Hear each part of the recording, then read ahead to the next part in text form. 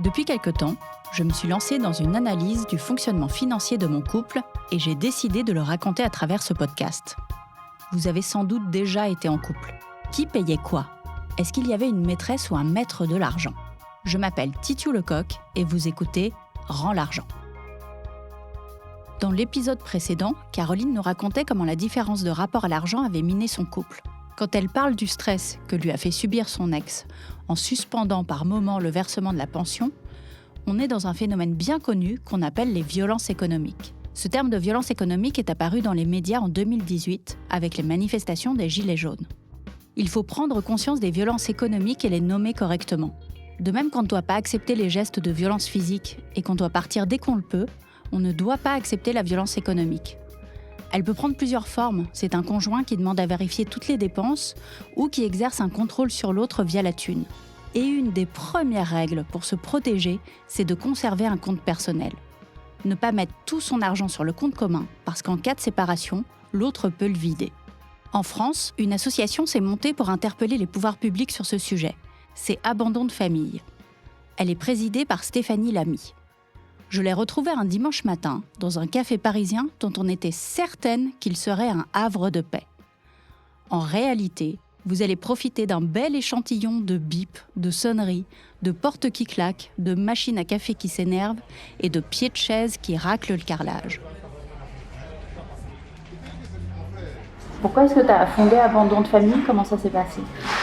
Alors, Abandon de famille s'est créé depuis mon propre cas personnel, donc non-paiement de pension alimentaire, l'inaction de l'État de pouvoir recouvrer ces sommes, voire d'engager une procédure pénale. J'ai commencé une page Facebook et très rapidement, de façon très organique, on était tout un coup 200 mères dans la même situation au bout de quelques semaines. Et on a lancé une pétition au moment où les pères sont montés sur les grues. Ouais. Donc eux, c'était une contre-réaction et nous, c'était une contre-réaction à leur contre-réaction. Une pétition qui a tout de suite pris 18 000 signatures en quelques semaines et le sujet était lancé. Ceci dit, à l'époque, on abordait la question de façon très légaliste, donc neutre du genre. On parlait de parents, on parlait de non-paiement des pensions alimentaires, des droits économiques des enfants. Ce n'est que quelques mois plus tard où on voyait qu'il y avait beaucoup de résistance au sujet, au traitement du sujet à tous les niveaux. On s'est aperçu que c'était réellement genré. Et c'est quoi les plus grosses résistances que vous avez identifiées Alors tout au début, vraiment ces résistances existaient même au sein des réseaux féministes. Souvent les féministes nous disaient qu'il valait mieux ne même pas demander une pension pour être parfaitement indépendante. Sauf que nous, on leur expliquait que finalement, la vraie indépendance, c'est la légalité de la prise en charge au niveau du taux d'effort. Alors, qu'est-ce que tu appelles, le taux d'effort ? Le taux d'effort, c'est le montant contribué par rapport aux ressources. D'accord. Donc aujourd'hui, par exemple, quand un père, puisque c'est la plupart des situations, verse 200 € pour un enfant tous les mois, en fait, en réalité, la mère, elle, débourse bien plus que 200 € tous les mois pour l'enfant. Entre le loyer, les sorties scolaires, toutes ces choses-là, c'est souvent pris en charge par la mère.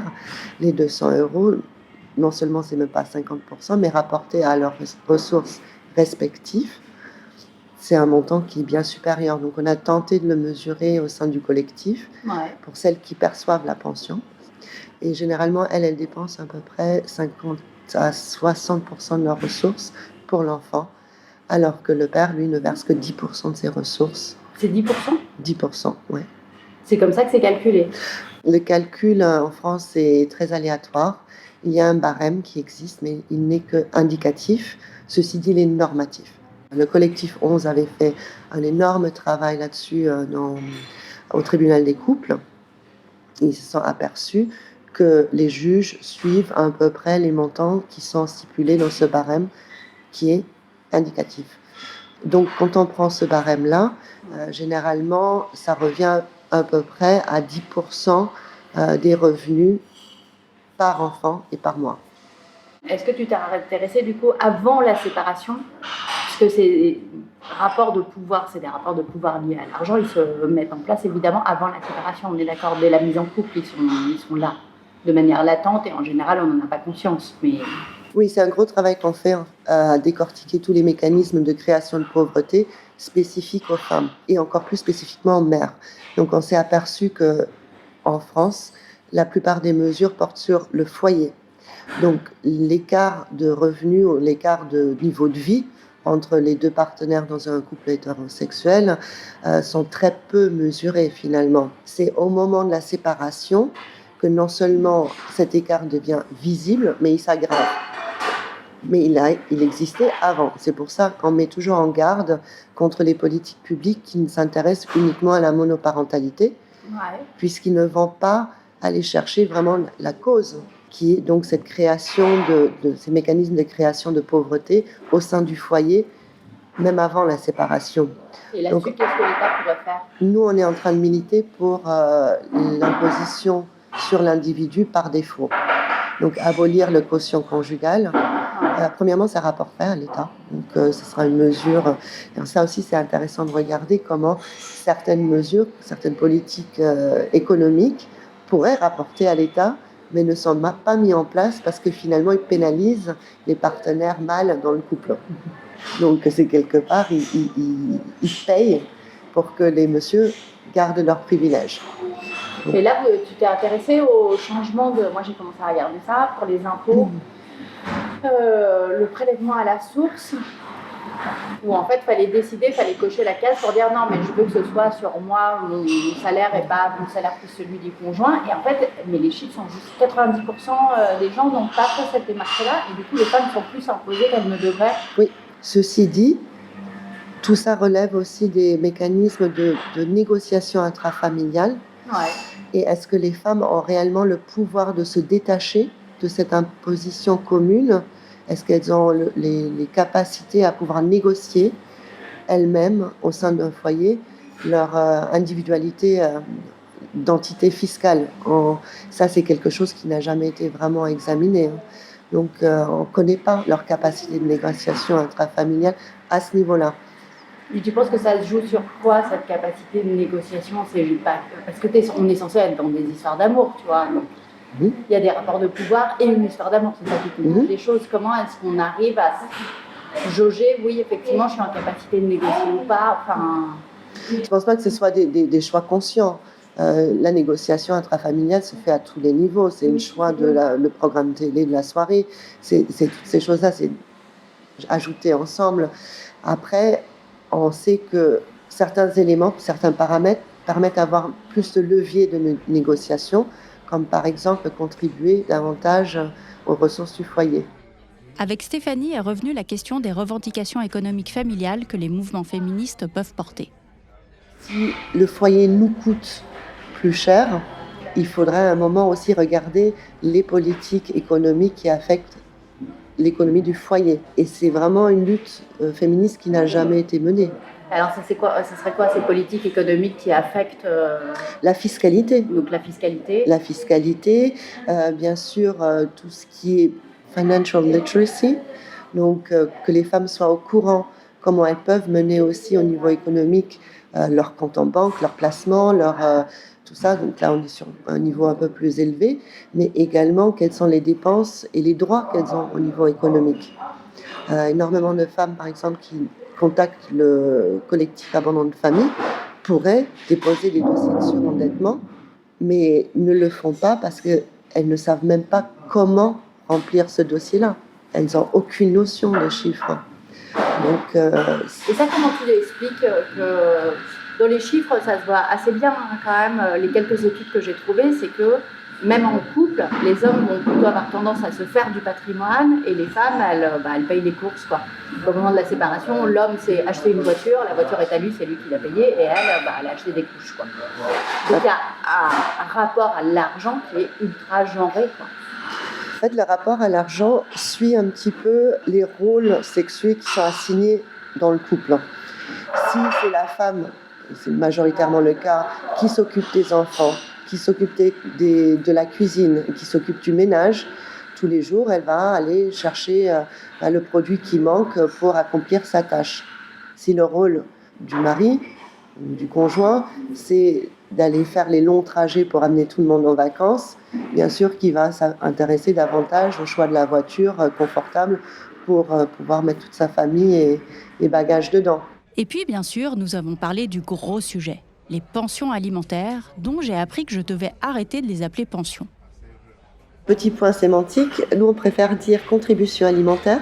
D'accord. Parce que ce n'est pas une rente, c'est pas un revenu. Ok. C'est une contribution petite aux charges qui sont déjà avancées par la mère.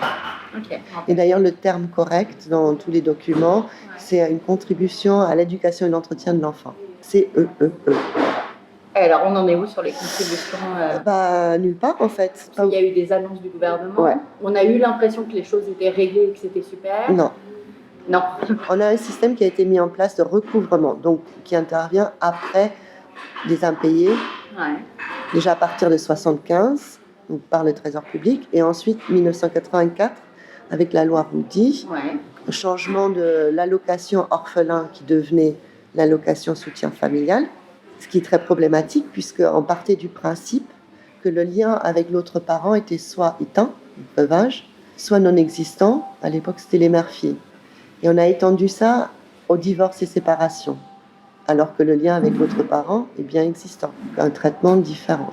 Et uniquement pour les parents vivant seuls, donc les mères vivant seules, qui pouvaient bénéficier d'une allocation en cas d'impayé de pension alimentaire.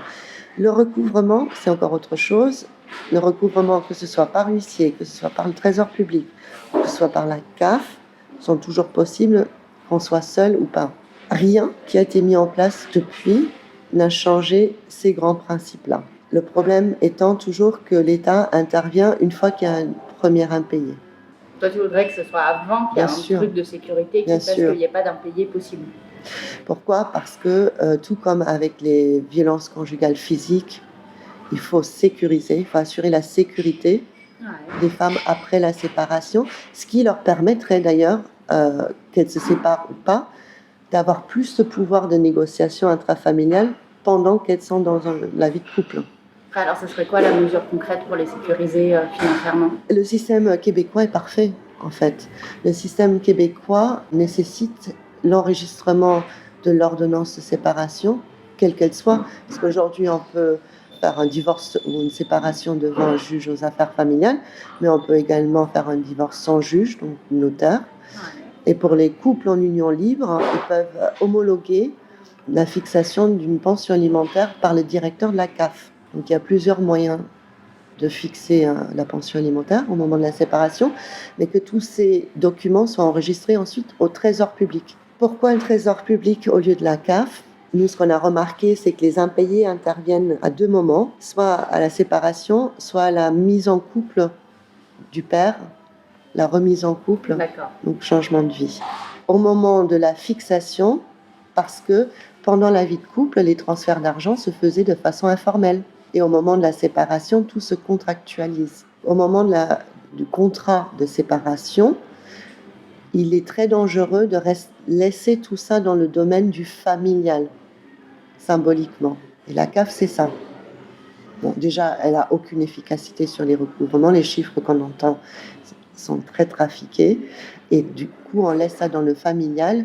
Et pour le conjoint qui refuse de payer, on reçoit souvent des témoignages de mères qui disent « mon ex, il ne paye pas parce qu'il y a la CAF ». Parce qu'il estime que la CAF va pallier à sa défaillance. Alors que si on le rattache directement, avant même un premier impayé, au Trésor public, c'est beaucoup plus solennel. D'accord. Et C'est plus masculin comme institution, c'est plus sérieux. Donc symboliquement, on gagne en sécurité. Deuxième point, le Trésor public a déjà tous les moyens nécessaires, sauf humains, pour recouvrer en cas d'impayé. A également tous les moyens nécessaires pour percevoir à la source. D'autant plus que le versement de la pension alimentaire ouvre des droits au niveau de l'abattement fiscal. Donc, ce sera beaucoup plus logique que tout soit géré au même endroit. C'est un point de contentieux au sein du collectif, le fait que les pensions alimentaires ou les contributions alimentaires ouvrent droit à une déduction fiscale. Mais bon, pour l'instant, c'est comme ça. Donc, pour nous, c'est plus logique. Et le troisième point, c'est que contrairement à la CAF, qui n'est absolument pas une administration de l'État, mais quelque part une entreprise qui a été mandatée, missionnée par l'État pour accomplir certaines procédures et attribuer des droits, le Trésor public, lui, en cas d'impayé manifeste, peut porter le dossier au pénal. Donc, idéalement, ce qu'on souhaiterait, c'est qu'au moment de la séparation, les jugements, les ordonnances fixant la pension alimentaire soient enregistrés au Trésor public, que le Trésor public se fait intermédiaire et quoi qu'il arrive, Qui verse la somme qui est fixée dans le jugement. Parce que cette somme a été fixée selon les besoins de l'enfant. Donc, ce sont ces droits économiques à l'enfant qui doivent être assurés. D'accord ? Oui, tu insistes beaucoup là-dessus, que ce n'est pas l'argent pour la femme, que c'est Non, ce sont les droits économiques de l'enfant. Alors, c'est dans la Charte internationale des droits de l'enfant. On est là sur une obligation pour l'enfant. Cette obligation découle de la filiation. Et non pas d'autorité parentale. L'exercice de l'autorité parentale, non. Et c'est donc de la filiation et elle est due dans les deux sens.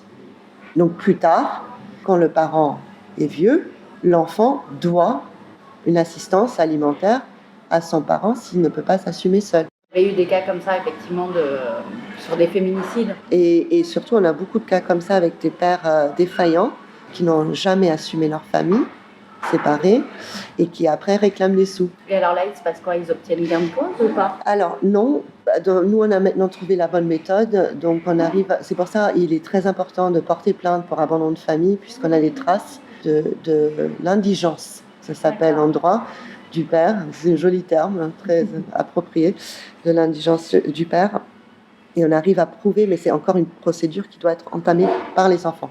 D'accord, et donc en prouvant l'abandon de famille, ça décharge les enfants Oui. plus tard de devoir de secours de leurs parents. C'est ça. Et dans le collectif, vous demandez aussi que la contribution alimentaire que touchent les femmes ne soit plus imposée. Oui, Et pourquoi? parce que c'est pas un revenu, ou alors on estime que c'est un revenu sans contrat de travail et dont on ne peut pas s'en défaire, donc ça s'appelle l'esclavage. Alors ce n'est pas un revenu. C'est une ressource qui rentre, mais c'est une ressource qui finalement remboursement d'une petite partie qui a déjà été avancée par la mère pour les charges de l'enfant. Donc la mère, elle va payer quoi qu'il arrive le loyer, elle va payer quand elle peut, elle va payer quoi qu'il arrive la bouffe, La bouffe, la scolarité, etc. la scolarité, les soins, les vêtements. Le père rembourse une petite partie de ce qu'elle a déjà avancé. Cette histoire de neutralité concerne aussi les mères qui touchent l'aide de la CAF appelée ASF, allocation de soutien familial, pour celles dont l'ex ne paye plus la pension. Puisque l'allocation soutien familial, qui est donc de 115 €, qui est attribuée par la CAF, D'accord. si jamais les pensions alimentaires ne sont pas payées, souvent très en deçà des montants fixés par le juge, Oui. et uniquement versée aux mères qui ne se remettent pas en couple. Donc c'est aussi un frein à la remise en couple. Et c'est aussi un moyen de surveiller les mères, parce qu'il y a quand même des agents de la CAF qui viennent compter le nombre de brosses à dents dans la salle de bain. Donc nous, ce qu'on aimerait bien, c'est que l'ASF soit aussi pas considérée comme un revenu. Parce que ce qui se passe aujourd'hui pour les femmes les plus précaires, elles touchent la RSA, mais admettons que le père verse une pension de 200 €. Il la verse. Ouais.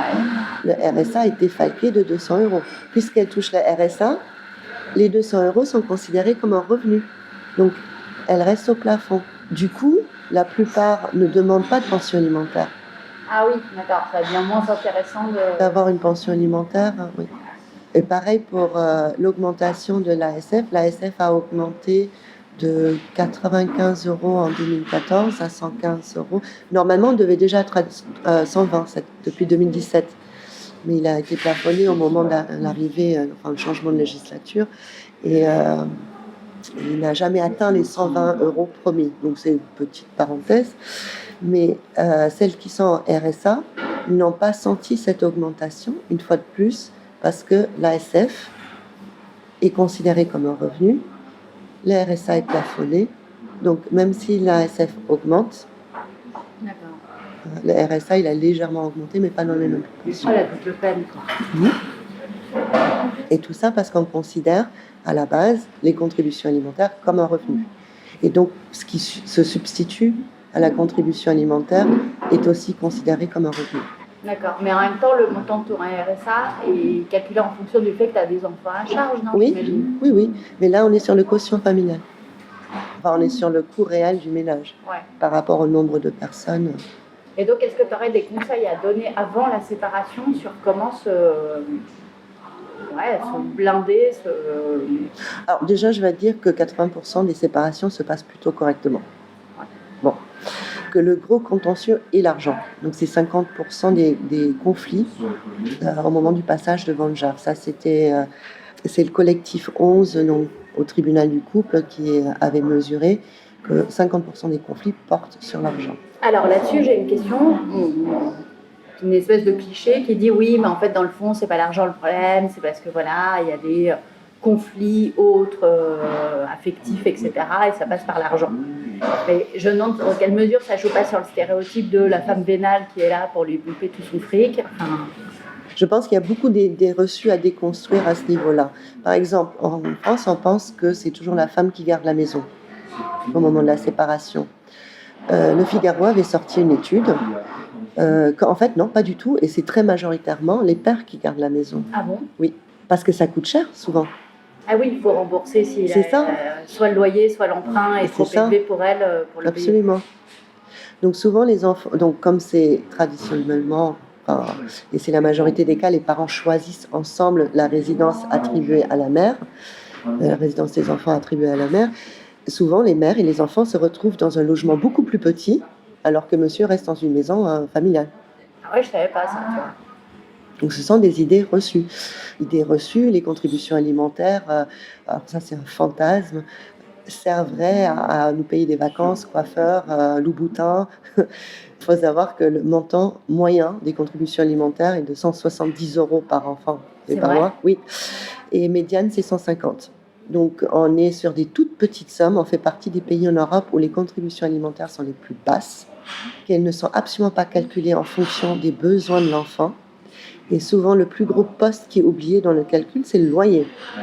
Ouais. Quand on a un enfant sur Paris, par exemple, c'est pas tout à fait la même chose que si on élève un enfant à Orléans, ou à Toulouse, ou à Marseille. Donc on n'est pas du tout sur les mêmes... Mais pourtant, la contribution, elle est évaluée aussi en fonction des revenus uniquement du père. Alors, ouais. Dans le code civil, selon les besoins de l'enfant et selon les ressources des deux parents, c'est ça qui est marqué dans le code civil. Dans la pratique, on se fie souvent au barème qui a été fixé par le ministère de la Justice, qui a été voulu par SOS Papa. Donc il est très fourbe ce barème. Ce barème ne se fonde uniquement sur les ressources du parent non gardien des enfants. Les besoins de l'enfant n'y figurent pas. Les ressources de l'autre parent, donc le delta des ressources entre les deux parents, n'y figure pas. Et surtout, il y a un abattement du minimum vital sur la somme sur laquelle est calculé le pourcentage. Ça veut dire quoi? Ça veut dire que si vous avez donc le barème, si monsieur gagne 2 000 €, pour calculer les contributions alimentaires, on va soustraire la somme du minimum vital qui est à la louche 500 €. D'accord. Et c'est sur les 1 500 € restants qu'on va calculer donc, la contribution alimentaire. Mais il y a un effet mathématique. Le minimum vital augmente régulièrement. D'accord. Puisque le minimum vital augmente régulièrement, la somme sur laquelle est calculé le pourcentage baisse. C'est mécanique.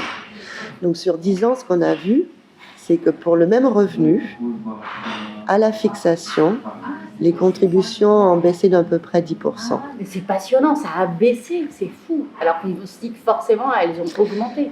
Les contributions alimentaires à la fixation ont baissé de 10% sur 10 ans. Nous, et donc c'est à cause de ça, du minimum? Alors, non, il n'y a pas que ça. Il y a également l'élargissement des résidences alternées. Sauf qu'en résidence alternée, il est très peu probable que dans 84% des situations, les deux conjoints ont exactement le même revenu. Alors que dans 84% des situations, il n'y a pas de pension de fixée. Oui, c'est effectivement des cas que je vois autour de moi, très concrètement. Le 50-50 n'est pas le 50-50 sur le taux d'effort. En fait, il faut toujours ramener les choses au taux d'effort pour comprendre la problématique. Et puis surtout, la fixation des contributions alimentaires ne prend pas en compte le patrimoine du tout. La question, c'est comment prendre en compte ce taux d'effort au sein du couple pour organiser les finances de manière à ne léser personne. Ce qui m'a frappé quand j'ai interrogé des gens autour de moi sur ce sujet, c'est que personne n'y avait vraiment réfléchi. Et en fait, les couples n'en font pas un sujet de discussion. Oui, et donc ça, c'est l'informalité des transferts de fonds. En fait, les transferts de fonds intrafamiliales, quand on est en couple, ou même enfants-parents, l'argent de poche, ou des choses comme ça se fait de façon extrêmement informelle. D'où le choc de beaucoup de messieurs quand il y a une tierce personne qui intervient pour fixer le montant et les modalités de ces transferts au moment de la séparation. Parce qu'eux, ils sont souvent encore sur un mode « je donne quand je peux, je donne ce que je peux, quand je veux, à ma guise ». Des ressources, on a besoin pour vivre, tout simplement. On a besoin pour se construire, bâtir, s'épanouir, peu importe. Mais ces ressources-là sont importantes. Si une entreprise n'a pas de ressources, elle coule. Si elles sont détournées, elle coule. Donc il faut vraiment aborder le foyer, l'économie du foyer comme une petite entreprise et faire en sorte que ce soit plutôt formalisé. Alors, pas à outrance, bien sûr. Hein. Moi, il n'y a rien de plus flippant qu'un mec qui me présente un spreadsheet sur qui paye le sel, qui paye la moutarde, qui paye... Donc, non, ça, non. Mais un minimum de cadre aide et facilite les choses parce que, du coup, ce sont des conversations qui n'ont plus à avoir lieu. Pourquoi pas faire un rendez-vous une fois par mois. Ouais. Dire, voilà, on parle des comptes une fois par mois, c'est notre rendez-vous compta. Des rendez-vous compta, ça fait envie, n'est-ce pas ? Eh bien oui, ça fait envie. De toute façon, on ne va pas se mentir. Si vous êtes en train d'écouter le 6e épisode d'un podcast sur l'argent, vous êtes prête et prêt pour faire des rendez-vous compta. Pour le prochain épisode de Rends l'argent, j'ai eu la chance d'interroger Céline Bessière et Sybille Golac, 2 chercheuses qui viennent de publier Le genre du capital. Un livre qui chamboule beaucoup de choses en donnant une vision très précise de la répartition des richesses au sein des familles françaises entre femmes et hommes.